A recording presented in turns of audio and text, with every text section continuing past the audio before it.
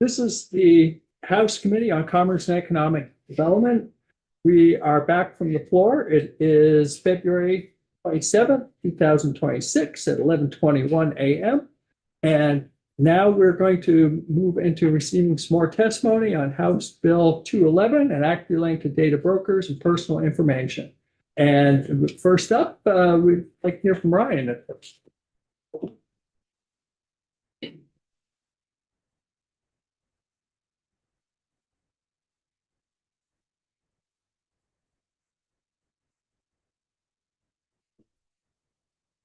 Good morning, everybody. My name is Brian Krieger. I have been a resident of Montpelier, Vermont for 15 years. For most of that time, I worked as an assistant attorney general in the Vermont Attorney General's Public Protection Division, doing consumer protection and antitrust enforcement with a focus on privacy and data security. After that, I worked for the Federal Trade Commission in their Division of Privacy and Identity Protection. I also teach about privacy law and policy, consumer protection, and First Amendment at the University of Vermont. I've been teaching there for 9 years. Currently, I am the Deputy Chief of the Massachusetts Attorney General's Privacy and Responsible Technology Division. Today, I am speaking in my personal capacity as a Vermonter who cares about his own privacy and the privacy and safety of his wife, his friends, and their children, and his fellow Vermonters. My comments today are mine alone and do not reflect any positions of the Massachusetts Attorney General or those of her office.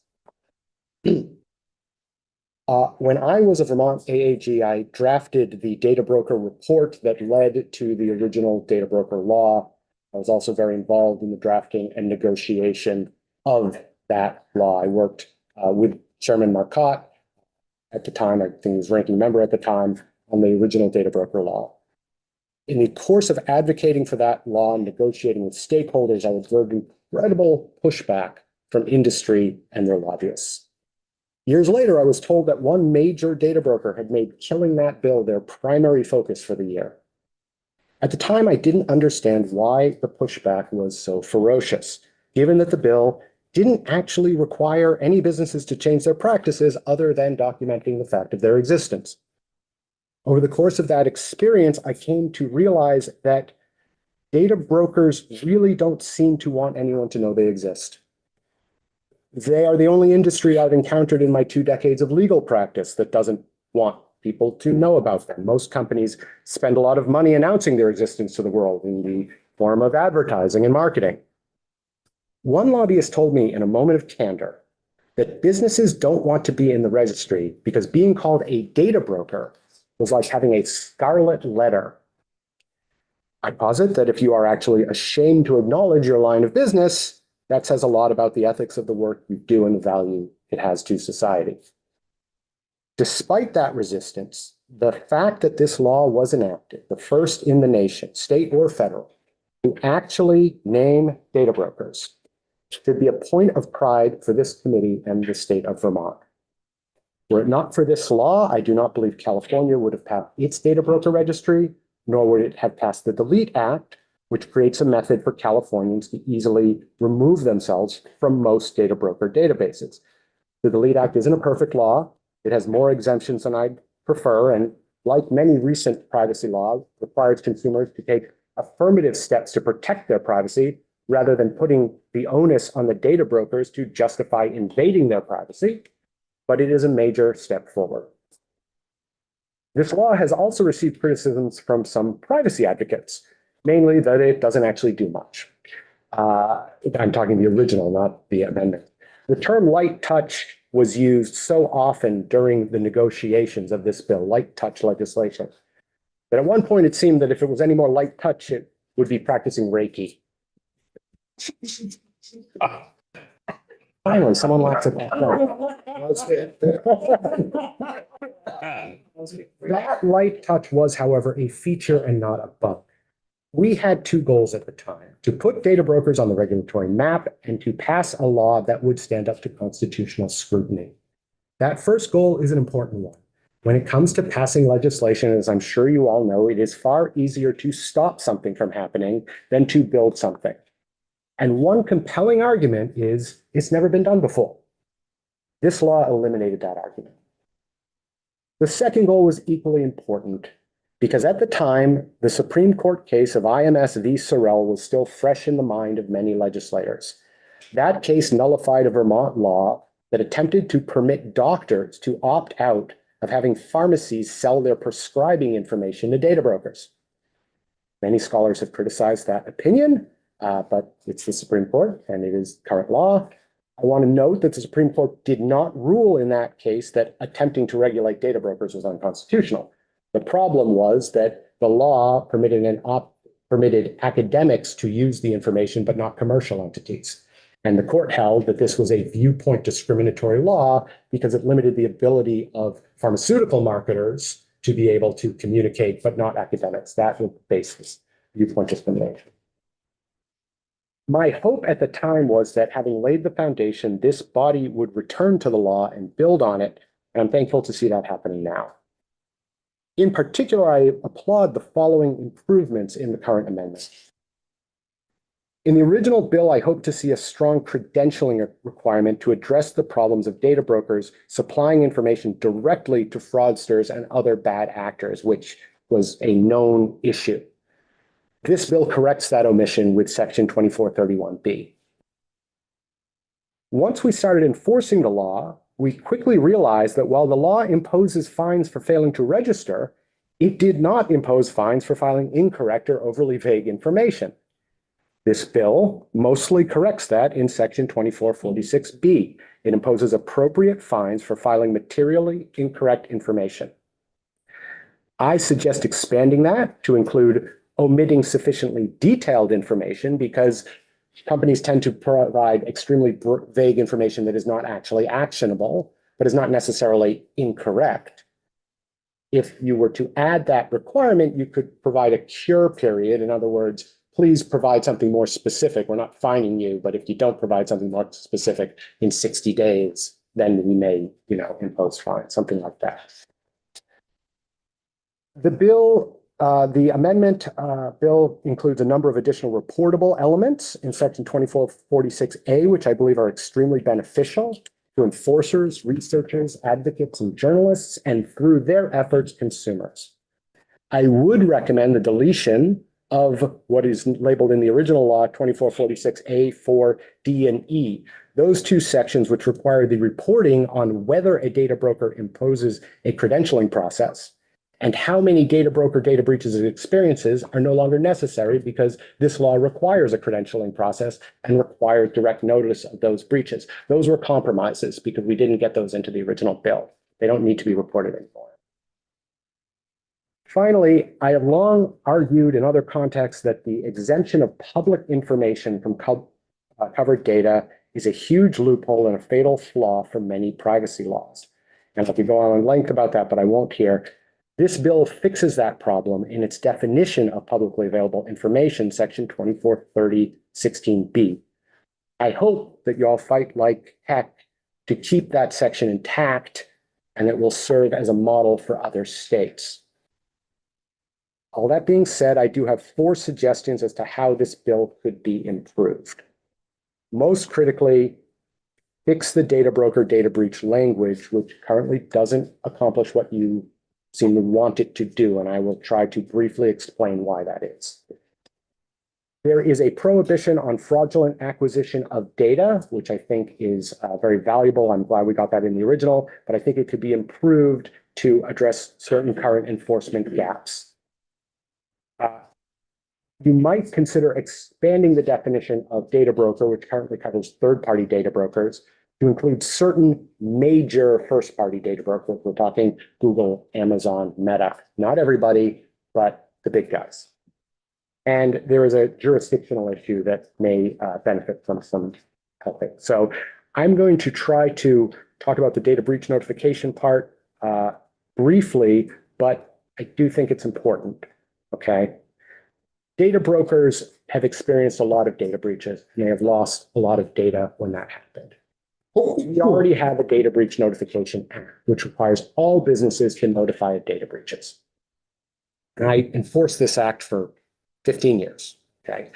11 years. The Data Breach Notification Act requires all companies to notify of breaches if those breaches involve personally identifiable information, PII. PII is a very specific definition. The key thing about PII is that if any one data field of PII is lost, that is very likely to be harmful to consumers. We're talking social security numbers, we're talking financial information, passwords, right? If they lose your data, you're going to want to know about it. You're going to want to be notified. That's what the Data Breach Notification Act is all about. Data brokers currently also have those same obligations to notify in the event that PII is lost. Okay, so it's not like they're exempted. The current bill just adds data broker to the definition of security breach, which again doesn't add anything. They're already considered data collectors for the purpose of that law. The original law had a different definition called data broker data breach, which has been deleted from this version. And it had a separate reporting requirement that data brokers would have to report data broker data breaches. Okay.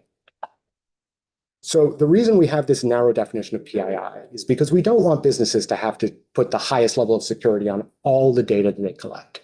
If a company loses everybody's t-shirt size, we don't care. It's very unlikely the t-shirt size is going to cause harm if it gets out. So we don't require them to report a breach of t-shirt sizes or encrypt t-shirt sizes. If a data broker loses your t-shirt size and the 4,000 other data points about you that they may be collecting, which together allow them to create a profile of you that is incredibly detailed and incredibly valuable to fraudsters and scammers, there is a good chance that consumers are going to be harmed by that, and they should have a right to know that their data has gotten out there. And the AG should have a right to know that they lost their data. Okay. Historically, the first stage, if you're a con artist, the first stage in your con was to research your target, research the mark, find out information so you could exploit and manipulate them. Data brokers allow con artists to outsource that. Now they just have to buy the data off a data broker or find it when it gets, the credentialing should stop that from happening if it works.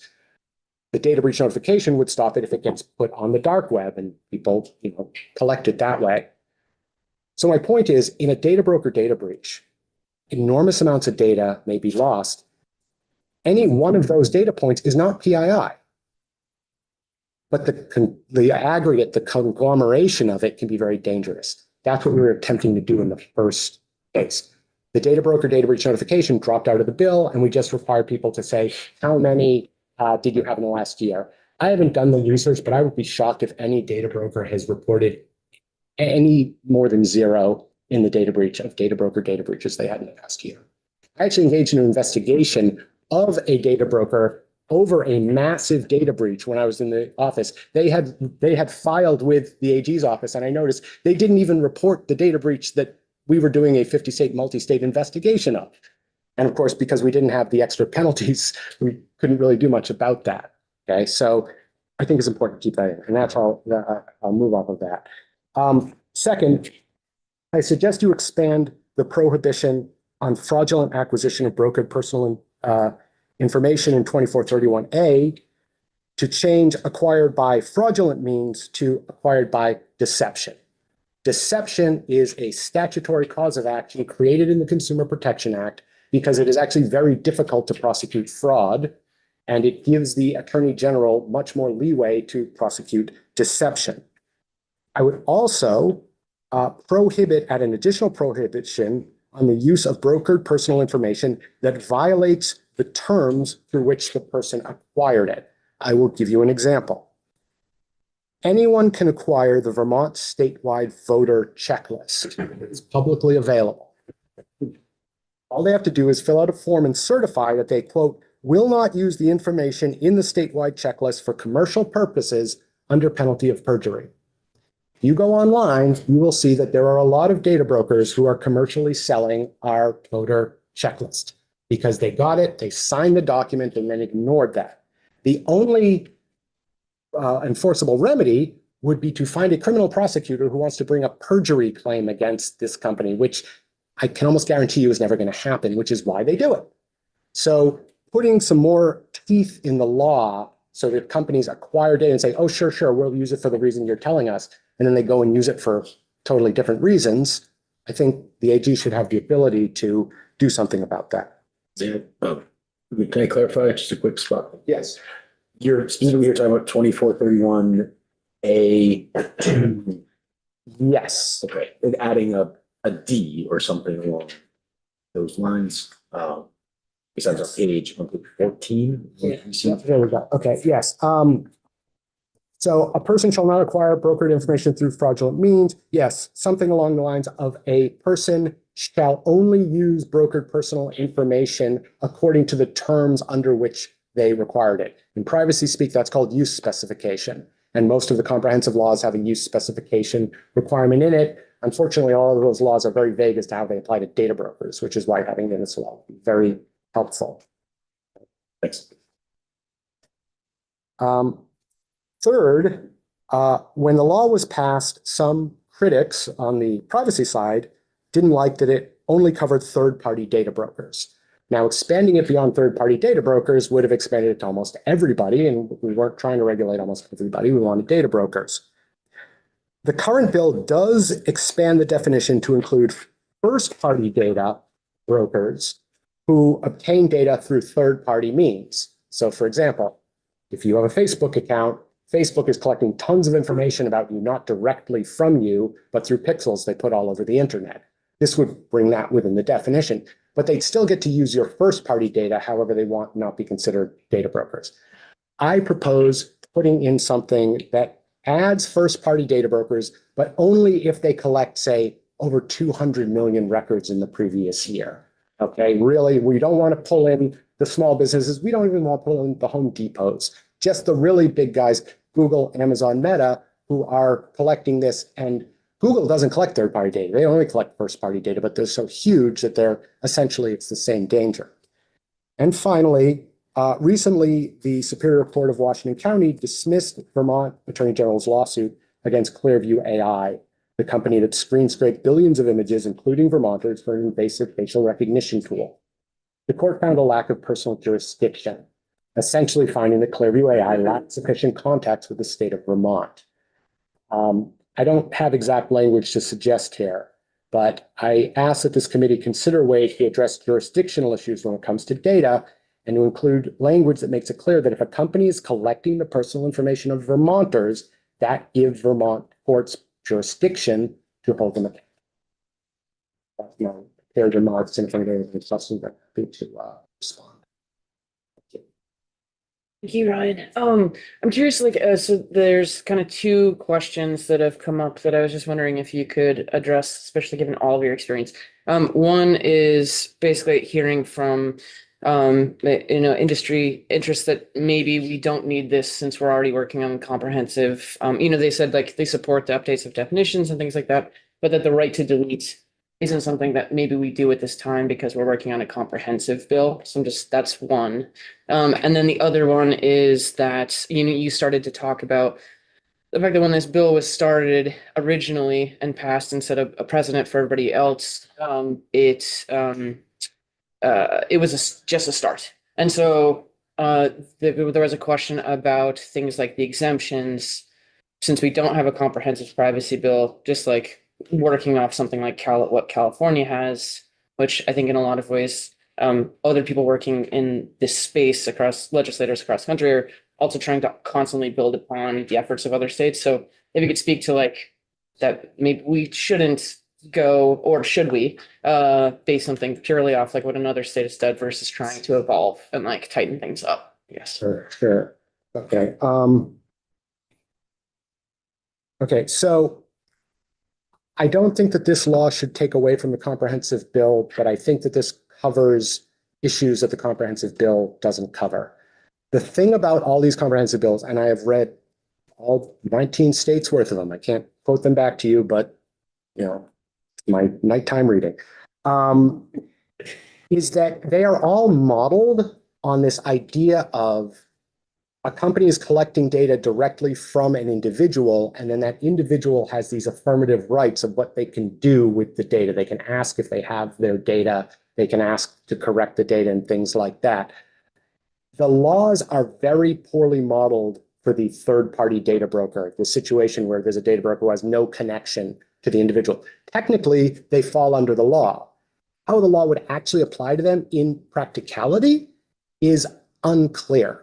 Okay. And the idea that a consumer is expected to individually reach out to the 3,000 data brokers who they don't even know who they are, and they're constantly changing their names, and email them or write to them and ask them to, it's ridiculous. It's not going to happen. So what this does, and I think what it's kind of teeing up if it goes in the California direction, is that one-stop shop to say to data brokers, I just don't want you having my information. Please delete that information. It's a different problem, very related, but it's a different problem and a different solution. So I think that, that's why I would suggest keeping going forward with this. As for exemptions that can be found in other laws, I do think you have to be careful about exemptions. Exemptions can become major loopholes. I think that there are good examples. So for example, credit reporting agencies are covered by the Fair Credit Reporting Act.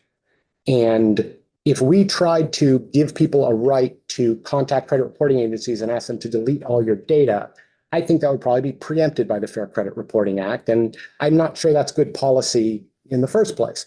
But to say any type of data that is covered by the Fair Credit Reporting Act, which I think is what this currently does, is exempted, is so broad because the Fair Credit Reporting Act covers any data that can go to a person's character. So you're kind of throwing out the baby with the bathwater if you include that exemption. I think what you need is a combination of data and entity level company, because all of the credit reporting agencies have both a credit reporting arm, which is FCRA covered, and a data broker arm, which is non-FCRA covered. So if you say, if you're covered by Fair Credit Reporting Act, you're exempt, then that allows all of these companies to keep doing their data broker side with no oversight. And it encourages all the data brokers to affiliate themselves with what they can call a credit reporting agency in order to get around the law. So you got to be very careful about that sort of thing. Lastly, and I don't want to take up more time, so please cut me off if you want. I know that you have heard from a number of entities who have come in and said, we could really use this data for this. We'd rather you don't take our data away for that. There are all of these different uses, okay? And those uses that they want to use it for are valid. Privacy is not an absolute right. Privacy is always in balance with some other valid purpose, okay? There's always a tension between the two. It could be national security, it could be policing, it could be credit reporting or marketing or public health. There's always a reason. Problem comes that with no laws in place, no laws ahead of time, the person who wants to invade your privacy always has a good reason to do it. It's usually their business. It's their life mission, like law enforcement, to surveil, to invade the privacy. So they're always going to say, yes, I think our narrow use case is more important than the privacy impact. They're always looking at their lower area. There is never a privacy advocate in the room saying, yeah, but you got to think about the abstract, big concepts. Do you really want to do this? That's not how any of that works. The only people who can stand in for the people of Vermont to talk about the value of their privacy, who is not in the room, are the people sitting in this room here, through the laws, through statutes, to say, look, in X situation, we think privacy does trump your valid use, okay? And just to be very clear, because, you could hear someone come in and say, look, if you pass this law, we're going to fight less crime. We're going to catch fewer criminals. It's very hard to argue against that more criminals will get away, right? It's a very compelling argument. But you have to think that, first off, that's a truism. The more surveillance you have, the more criminals you're going to catch, period. Right? If you really want to catch all the criminals, just make everybody turn on their microphones and cameras on their phones at all time, and then you'll catch a lot of criminals. I don't think anyone wants that. And the second thing to remember is we have had a policy that we will let the criminals get away if it violates people's privacy since the founding of our nation. It's called the Fourth Amendment. if police collect evidence in a way that violates our rights against unreasonable search and seizure, that evidence gets thrown out. That's the exclusionary rule. So the Supreme Court has been trying to figure out the balance of that really narrow thing for 250 years. But we acknowledge, so if you come in and hear someone say, oh, but we have this really good reason, it's like, sure, you do.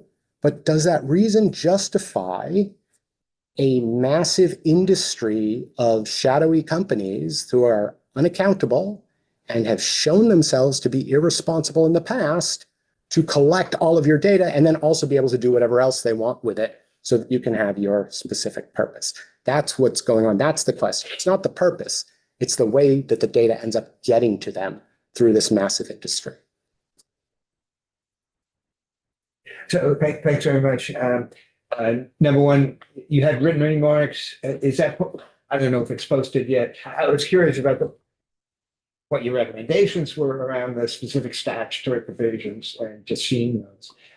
And also the court case that you mentioned about personal jurisdiction. So that would be, if those are in your written remarks. The suggestions are in it, and I can attach the court case. I have a copy of it. Okay. Thank you. A more specific issue that I think came up in some testimony was requests to exempt from the statute in some way, and I haven't seen the actual language, but somehow to deal with insurance companies and financial institutions and the data that I think the argument was that they need data that data brokers have, and so there should be some sort of exemption. Again, I'm not sure how you frame that.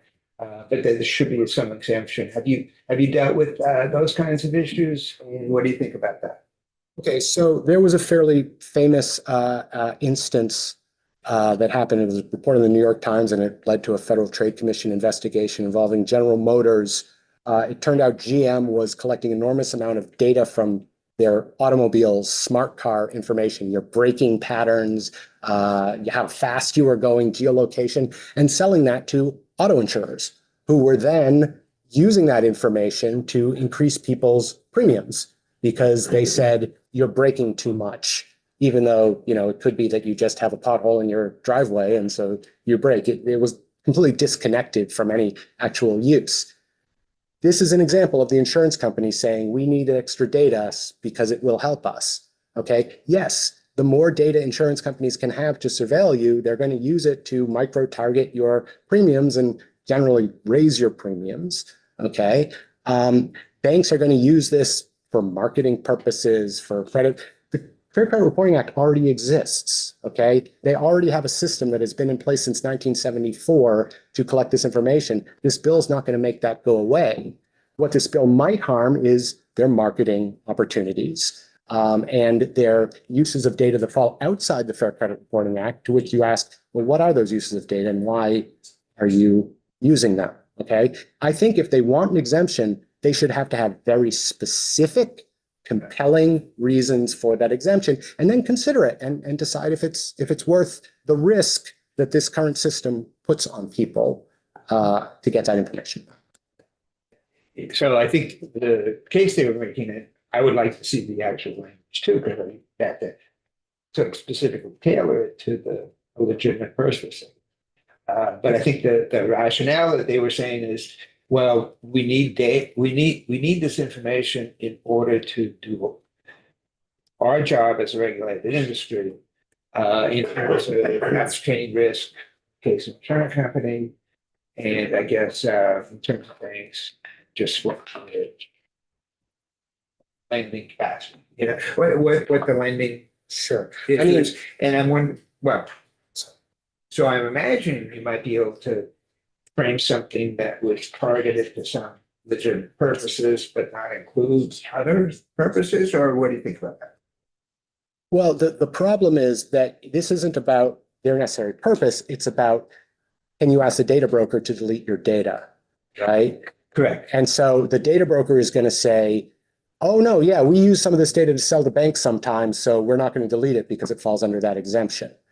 That's the issue, is that you're kind of creating these broad exemptions. Like I said, if you draft it so it doesn't exclude Fair Credit Reporting Act, which you really should do because it'll probably be an invalid law otherwise, Fair Credit Reporting Act covers insurance companies, it covers banks. they will still be able to get your credit report, which is, and that is the highly regulated, well-known, transparent report that Congress regulated 50 years ago and that we all know about. If the banks want to also use some additional shadowy information that we have no idea what's being collected or why it's being used, Fair Credit Reporting Act, by the way, if they give you an adverse decision, if they deny credit, they have to show you your report. They have to, and if it's wrong, you get a chance to correct the report. It's transparent. If they make a decision, an adverse decision based on data broker data, they don't even have to tell you they were using data broker data, where the data came from, what the report said, any of that stuff. So why not keep them within the bounds of the federal legislation that we've had all this time? And again, it's a truism to say that if you have a bunch more data come from surveillance, that you're going to be able to do cool things with it. But that doesn't take into account the risk that this system is putting on the individuals in getting their data. Really?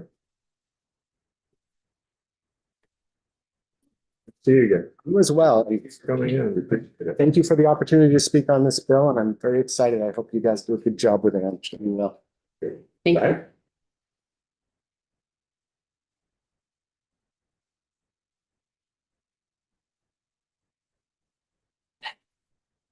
Thank you. For the record, I'm Zach Tominelli. I'm the consumer protection advocate for VPIRG, Vermont Public Interest Research Group.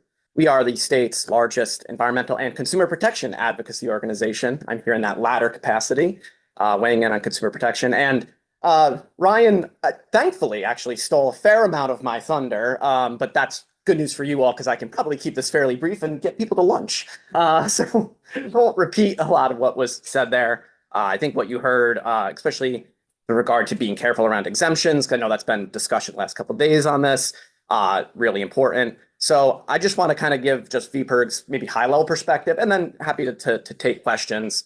And I did submit, written testimony, which, covers most of this.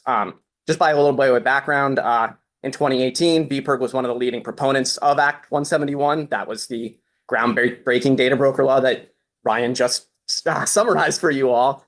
Interestingly, we advocated for that at that time. That was actually the first bill that I ever testified on in this building. I was sitting here, Chair Marcotte was one seat over, and Ryan was here, but I think everybody else in this room was different. And at that time, as you just heard, we wanted to go further. We wanted to do what this bill does, which is adds the credentialing, which is give people the right to delete their information. But no jurisdiction in the world at that time had even set up a data broker registry. So this body, I think, prudently saw fit to say, let's take that step. Let's set up a registry. Let's have data brokers report to us, tell us about their business practices, learn a little bit more, and we'll take it from there. Well, it's been 8 years. We've learned more. In that time, California, as you've heard, has followed in our stead. And they've gone even, a step further in establishing both the right to delete and now a full mechanism where consumers in a pretty seamless one-step process can go and request their information deleted. So at a high level, VPIRG supports this bill because we believe that our Vermonters, Vermont consumers should have the same rights as their California counterparts. We have the registry in place. And, we think giving that right to delete and getting a mechanism set up is the next right step. Now, the most recent draft of the bill, and we've heard testimony, takes that universal opt-out mechanism, moves it to a study. We would like to see that move forward more rapidly, but we understand why the study is being asked for. This is not something you can just build drop of a hat. So I think provided that the committee, the legislature recognizes, and I've heard the term interim step, half step, we support that. It is a half step, a meaningful half step.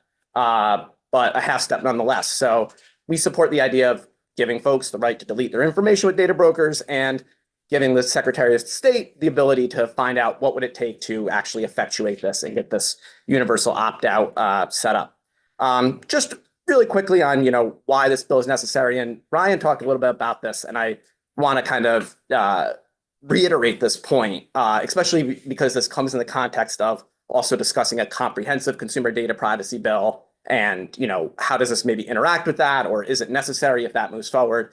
And going back to 2018, when we testified on this bill, the nature of data brokers, their third-party nature, the fact that they do not have a direct relationship with consumers, that was why we even started to look at this issue in this industry in the first place. And it really is distinct. When we think, and we're a consumer protection advocacy organization, when we think about consumers, where their power in the marketplace comes from is the ability to, quote, vote with their wallet, right? Typically, we can decide what retailer to go to, what website to visit, what organization we might want to give information to. And data brokers are unique. We don't even know that they exist. We do not make any decision about what data broker to give our information to or not. So we see this as actually correcting a market imbalance, right? We are restoring some power back to the consumer there by telling them who are the data brokers that have your data, because you don't even know, and then giving them the right to delete. So that just makes a whole lot of sense, because otherwise they don't have that, vote with your wallet ability when it comes to these third-party companies. So we think it makes sense to give them the right to delete. And then if you're going to give that right, it only really matters if it practically is possible to do. And, as you've heard, there's, I think, over 300, maybe it's even over 400 data brokers currently registered with the state of Vermont. There's another 700 on the registry that are marked as unregistered, but means that they were maybe registered at some time. So we're talking hundreds, if not thousands of these companies. It's not practical, as you've heard, for a consumer to go and research the opt-out policies of 400, 500, 600 individual data brokers and opt out. So I think, the case has been made, but I just wanted to, as we're heading toward Friday for break and lunchtime, reiterate, you're not really granting this right in a practical matter unless you couple it with the universal opt-out mechanism. So we're going to study that, see how, that we can make that happen. We support that, but, the job is not done until that happens, as far as we're concerned. And then the last just little bit I wanted to make is just, and I think maybe something to kind of keep in mind, if you should decide to go forward with this, is what are the actual harms that we're trying to stop? Like, what are we protecting from? Because sometimes, we get into some of these discussions or these debates, and, we lose a little bit of sight of like the tangible, like, what are we trying to do here? And again, we're not supporting this just for privacy's sake, although there is a valid argument to make. And, Ryan just really articulated that the great tension between privacy and legitimate needs. But I just want to kind of, I've provided a few examples here. You can kind of follow up, I linked. But in the past decade, we've seen countless examples of, real harms from the overcollection and misuse of consumer information from data brokers. So in 2014, according to a complaint by the FCC, data broker Leap Lab bought payday loan applications from financially strapped consumers and then sold that information to marketers it knew had no legitimate need for it. At least one marketer, Ideal Financial Solutions, used the information to withdraw millions of dollars from consumers' accounts without their authorization. I mean, that's a pretty brazen example, but one that happened. In 2020 and 2021, the Department of Justice charged 3 data brokers, Epsilon, Macromark, and KBM. Again, sidebar, these are companies that have information about us. You've never heard of them. You don't know who they are. You would have no way of, interacting with them unless we had a registry and perhaps this law. But anyway, these 3 data brokers, they were charged with conspiracy to commit mail and wire fraud for knowingly selling, for roughly a decade each, lists of vulnerable Americans, including elderly Americans and people with Alzheimer's, to criminal scammers. The scammers then used that broker data to steal millions of dollars from these people. And in 2022, the FTC sued the data broker Kochava for selling geolocation data from hundreds of millions of mobile devices that could be used to track individuals to sensitive locations, including reproductive health clinics, places of worship, homeless and domestic violence shelters, and addiction recovery facilities. Data could reveal where people live by tracking devices at night and combining location information with property records to identify individuals. In all these cases, you may be saying to yourself, well, the government was able to bring action against these bad actors. And that's true, but that they could only do so after the harm had occurred, after the fraud had been done.